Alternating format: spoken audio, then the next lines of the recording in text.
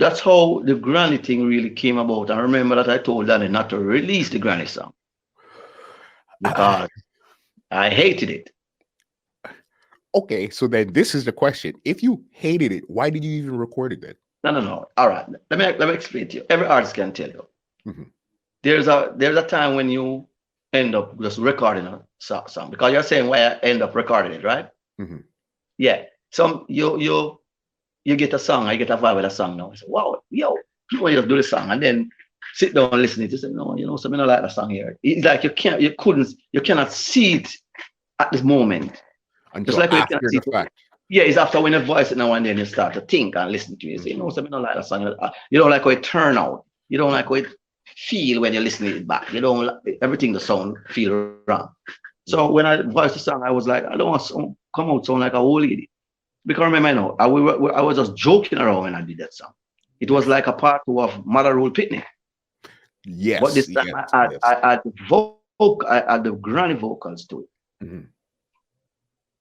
You understand? So that is Mhm. how that song um, came about. And I begged Danny Brownie when I was in Mandeville and I went to the call box. I can never forget at what we call Crossroad, and I walk up there and go to the call box. Boom, boom, boom, call Danny. I said, Danny, um, don't release a song there. Something else. Yeah. And then I said, no degree. And then he convinced me that day and go home. Couple days passed, me still feel because honestly, I would consider myself from then till now as a stubborn person. I Okay. don't take no friends. I don't free to talk back to you. I say, look, I think you should do this, It's Yeah. some mistake from before my boss. I have that thing about me. That is why I would just say, yo, that clap in the wall I want to turn up. It's just me that. It's just Lenky always whatever you feel, you're just gonna say it. yeah. And then Lenky always say, he can remember when I was at Main Street, at the same thing I was telling Danny Brown what to do. Yeah. I can't remember that, but that was my personality. And he said he can't remember me telling Danny Brown what to do. No, play that. No, and so it's just me. So when I Yeah. told him not to release the song, I said, no, man, I went to a couple of days, like 2 days past, and I went back and I said, Danny, I will voice another song. Please Mhm. don't release this song. And then it convinced me again at that time. That time, Steely had it. That's I'm not going to bust with the professional style because mainly was that was just my style. And Mhm. Steely said, no, you're not going to bust away there. And I know he know why I was saying that because you can't stage show style of lyrics is different from recording. And I learned that early out. Mhm. So that is why I'm not excited over going on a stage show and mashing it up now with a lyrics and it's a great thing. No, it's a good thing, but it's not a great thing. The great Mhm. thing is when you can have a recording that is a hit over the world and it's generating income. You understand? It's not about fame and oh yeah, so and so they do this and no, no, no. So Mhm. a lot of artists got caught there, but that's another story. So Yeah. when Granny came out now, I can never forget I was in Half a Tree and I hear it on the radio for the first time. I was standing beside her. I used to just stand up like beside some vendors.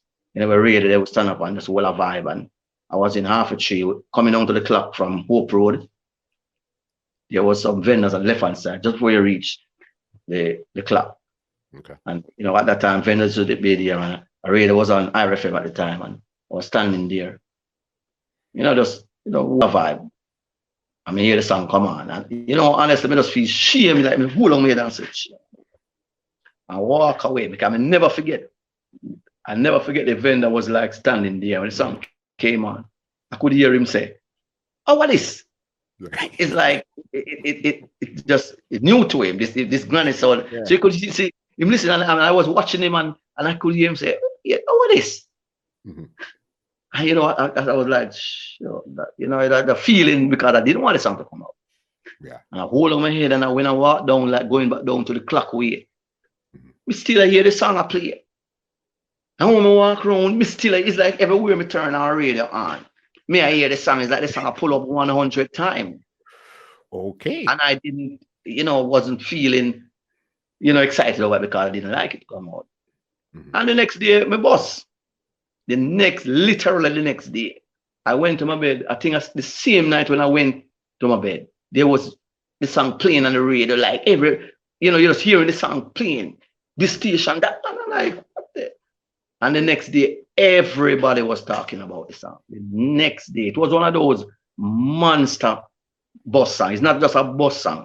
Mm-hmm. I'm not, no way to call it, exhilarating because it's me do it. Granny was one of the biggest. It went down in the history of one of the biggest bus songs that come out of Jamaica. You're right, because I remember being in Toronto, and when that song came out, it just took everything by storm. Because as you said, you first had the local hit, so you understand what it was to have a local hit. But then now you have this island-wide hit that's going to now take over the world, which is Yeah. Granny. And trust me, when that came out, nothing sounded like that before. We had no clue what that was, but it was very relatable. That's why everybody liked it. Where were you at that time?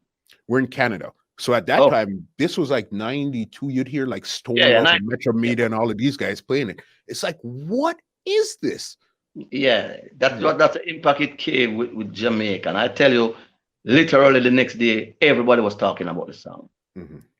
Yeah, it's in that top 5 bus song that it came out of Jamaica. The history of Jamaica of bus song, Granny is somewhere there because I couldn't understand it. Because remember, this feeling, this today I was standing up in half a tree. Yeah. The next day, it's like the calls them is them time on a cell phone real, but you can feel, you can hear people talk, the producer say, what and you might get all kind of call from and all kind of thing happening. And by the weekend, you or the following weekend, you're up on show. It's like everything was happening so fast.